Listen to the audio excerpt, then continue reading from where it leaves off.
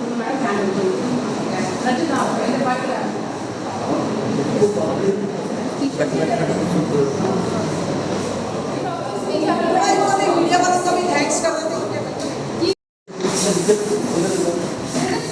Social Welfare Department, Sub-Inspector Excise Shri Subhash Samotra, representative from Excise Department, and Srimati Deepmala, representative from JKSRLM Women SHG.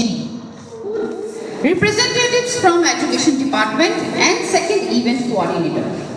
We also welcome Shri Ashok Kumar, Zonal in charge, Cultural Cell, and the media personnel, parents, teachers, and students in this program. Respected guests,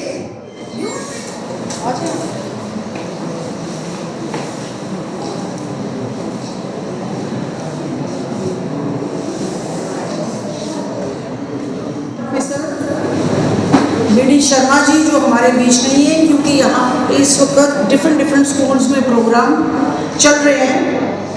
मैं उनका along with representatives of different departments from Health Department Dr. Nazish, Shri Nirmal Sharma ji from Social Welfare Department, Shri Mohan Singh ji from Police Department, Shri Subhash Samotra ji from Excise Department, Shrimati Deepmala ji from JKSRLM, members of School Management Committee, headmasters of different schools of Cluster Boys Higher Secondary School, Aknoor,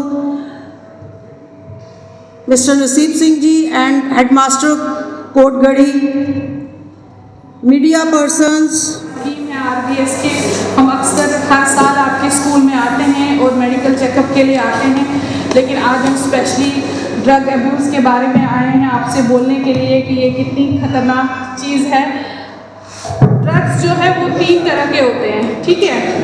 drugs में drugs जो है बच्चों वो एक ऐसा agent है जिसको हम 3 पर्पज़ के लिए यूज़ किया जाता है, डायग्नोसिस के लिए, प्रिवेंशन के लिए और ट्रीटमेंट के लिए।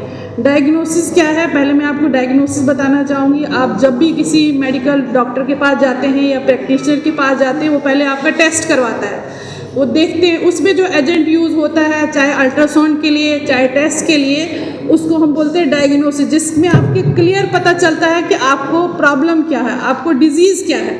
उसके बाद आता है ट्रीटमेंट। ट्रीटमेंट क्या है कि आप कभी बीमार हो जाते हो, आप डॉक्टर के पास जाते हो, वो आपको प्रिस्क्रिप्शन लिखता है, उसमें आपको ट्रीटमेंट बताता है कि इस बीमारी को कैसे आप ठीक हो जाओगे इससे। उस ट्रीटमेंट के लिए जैसे कोई बीमार है उसको एनाल्जेसिक हम देते हैं, एनाल्जेसिक देते हैं, जैसे किसी को पेन है उसको पेन किलर हम देते हैं एनाल्जेसिक में। और वैसे ही जो है वो प्रिवेंशन है। थर्ड, प्रिवेंशन क्या चीज़ है कि सबसे पहले इसका हम करते हैं इस्तेमाल। प्रिवेंशन मीन्स जैसे जब बच्चा पैदा होता है उसको पोलियो के वैक्सीन दिए जाते हैं, मम्स के वैक्सीन दिए जाते हैं, फ्लू के वैक्सीन दिए जाते हैं, मतलब वो आपको डायग्नोसिस और ट्रीटमेंट से पहले आपको प्रिवेंशन किया जाता है ताकि आपको ये बीमारी आपको ना लगे। अब जो ट्रीटमेंट है इसके एडवांटेजेस और डिसएडवांटेजेस है। एडवांटेजेस क्या है बेटा? एडवांटेजेस है यही कि जब आप बीमार होते हो, हम कोई ड्रग स्टार्ट करते हैं लेकिन हमें उसकी लत लग जाती है। जैसे हम बीमार हैं, हम एक पेन किलर स्टार्ट करते हैं, जैसे कफ सिरप आता था, एक कोरेक्स सुना होगा सब बच्चों ने, ये आम बात है ना। कोरेक्स आता था, उसके एडवांटेजेस और डिसएडवांटेज। एडवांटेजेस होती थी जब हम खांसी लगती थी तो हम उसको खाते थे, लेकिन जब लोगों को उससे रिलीफ आने लगा वो ज़्यादा उसको यूज़ करने लगा, यानी कि उसकी डिसएडवांटेजेस। अब्यूज़ क्या होता है? मिसयूज़ करने लगे हम उसके डिसएडवांटेजेस पे जाने लगे, लोगों ने कोरेक्स पीना शुरू कर दिया। अब ट्रीटमेंट क्या है कि हम डॉक्टर के पास जाते हैं, वो आप लोग हमारे पास आते हो, हम अपना ट्रीटमेंट देते हैं आपको 5 डेज़ का कोर्स, कोई एंटीबायोटिक या 7 दिन का। लेकिन किसी को थोड़ी वहाँ से लत शुरू हो जाती है, वो क्या करते हैं, उसको आराम मिलता है, रिलीफ मिलता है और वो उसको लेना शुरू करता है।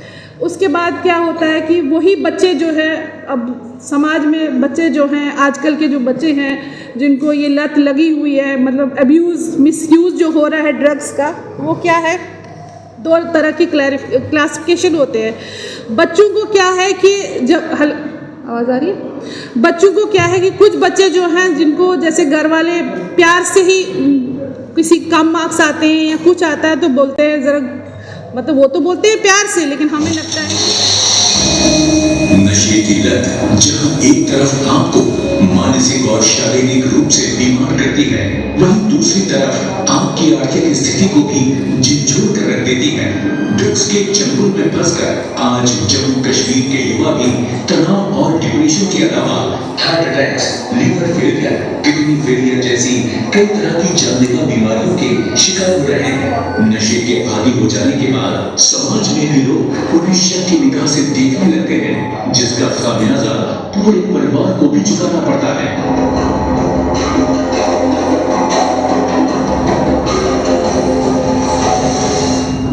Jammu Kashmir police drugs mafia जांच के दौरान शिकंजा नारकोटिक ड्रग्स और साइकोट्रोपिक सब्सटेंसेस यानी एनडीपीएस एक्ट के तहत ड्रग्स की तस्करी एक दंडनीय अपराध है और जिसके लिए 10 से 20 साल की कड़ी सजा के साथ साथ जुर्माने का प्रावधान भी किया गया है। हाल के कुछ वर्षों में दोषियों पर उचित कार्रवाई में काफी तेजी आई है और उनके खिलाफ सख्त एक्शन लिया जा रहा है। यहाँ तक कि कुछ लोगों पर पब्लिक सेफ्टी एक्ट और prevention of illicit traffic in narcotic drugs and psychotropic substances act 1988 PIDNDPS के तहत कार्रवाई भी की गई है, जिसमें उनकी प्रॉपर्टी को भी सीज किया गया है।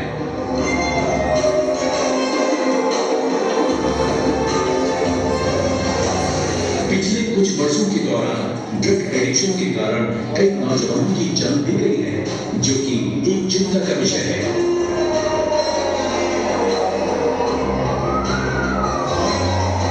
मैंने ही पाकिस्तान को कब्रिस्तान बना दिया है। सारे अस्पताल मेरे युवक मरीजों से भरे पड़े हैं। मैंने इंसान को हैवान बना दिया है। चारों ओर मेरा ही बोल डाला है।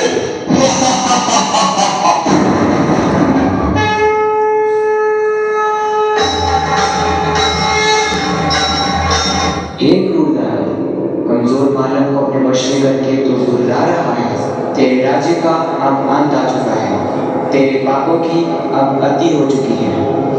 अति के बाद अब तेरा अंत निश्चित है। अरे नादान लोग मुझे जान से भी ज्यादा प्यार करते हैं। मेरे न मिलने पर लोग बेचैन हो जाते हैं। पान, शराब, तंबाकू, सिगरेट, ड्रग्स, ये सब मेरे ही साथी है। मेरे साथी हो, बता दो उसे हमारा राज्य कैसे चल रहा है।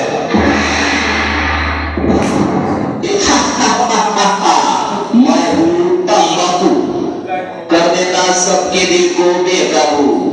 मैं ही सबसे ज्यादा प्रसिद्ध हूँ, समझा क्या? मुझे हर गली हर नुक्कड़ पर बड़े ही सस्ते दामों में कोई भी हासिल कर सकता है, बड़ी आसानी से। इसलिए तो छोटे बच्चे भी मेरे चंगुल में फंस गए। ये दादा और सुनना, मैंने सभी ग्रामीणों को साफ से बताएं कि किस पे बैनर के थले नीचे हुआ है और क्या क्या इसमें एक्टिविटी। ड्रग्स का ये प्रोग्राम जो है ये बच्चों को जागरूक करने के लिए ऑल ओवर कंट्री ये किया जा रहा है। उसके बाद हमारी यूटी जम्मू एंड कश्मीर में और हमारे क्लस्टर में अखनूर में आज 16th को किया जा रहा है, 16 अप्रैल को। मेरे क्लस्टर में 2 स्कूल्स हैं, high school Kotli Tanda and Kotgarhi. वहाँ के बच्चे भी आए हैं, हमारे अपने बच्चे हैं, पेरेंट्स आए हैं।